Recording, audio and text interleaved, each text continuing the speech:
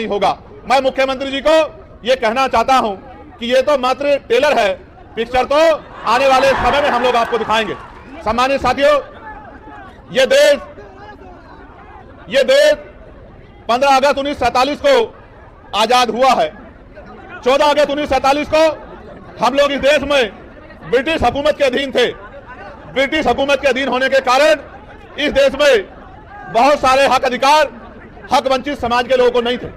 यहां तक कि इस देश में सदियों से चली आ रही कुप्रथाएं भी थी, जिनमें विधवा विवाह न होना, बाल विवाह होना, महिलाओं को सती प्रथा जैसी कुरीतियों का सामना करना और भी ऐसी बहुत सारी कुरीतियां और प्रतिबंध लगा के हक वंचित समाज के लोगों को गरीबी, बेबसी, लाचारी और जुर्म जाति का जीवन जीने के लिए मजबूर किया गया था।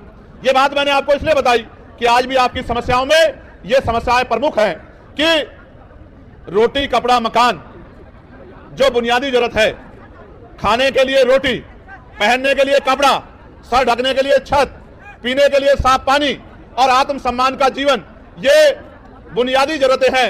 75 साल की आजादी के बाद भी आज तक सरकारें अंतिम व्यक्ति को रोटी, कपड़ा, मकान, अच्छे कपड़े और पीने के लिए पानी की व्यवस्था कराने में कामयाब नहीं हो पाई। ये इस लोकतंत्र का सबसे बड़ा फेलियर है। जो काम आजादी के 10 सालों के अंदर हो जाना चाहिए था, वो काम आजादी के 75 सालों के बाद भी नहीं हुआ है। इसका उदाहरण यह है कि देश के प्रधानमंत्री कहते हैं कि हम 80 करोड़ लोगों को मुफ्त में राशन देते हैं। अगर इस देश में लोगों की जेब में पैसा होता, वो गरीबी के जीवन से निकल पाते, तो 80 करोड़ लोगों को मुफ्त में राशन नहीं देना पड़ता। क्योंकि भारत का खून स्वाभिमानी खून है। ये हाथ फैलाने में नहीं, मजबूती से संघर्ष करने में भरोसा रखता है, लेकिन इनको मजबूर किया गया है हाथ फैलाने के लिए, सिस्टम बना के किया गया है। मैं इसलिए आपसे कह रहा हूं और मैं तर्क के साथ आपको कहना चाहता हूं, मीडिया भी इस बात को दिखाएगा कि भारत के साथ साथ कई ऐसे अन्य कंट्रियां भी हैं, कई ऐसे देश भी हैं जो भारत के समकालीन या भारत के बाद आजाद हुए, और आज उन देशों में जाके देखोगे तो आपको एहसास होगा कि वो भारत से लगभग 50 साल आगे चल रहे हैं। जब एक समय पे आजाद हुए देश, अगर बहुत दूर ना जाके यही चाइना को देखा जाए, भारत की इकोनॉमी, यहाँ के नेतागण 5 ट्रिलियन बनाने की बात करते हैं। अगर हम चाइना की इकोनॉमी से उसकी तुलना करें तो हम 1/4 पर भी नहीं पहुंच पाए हैं।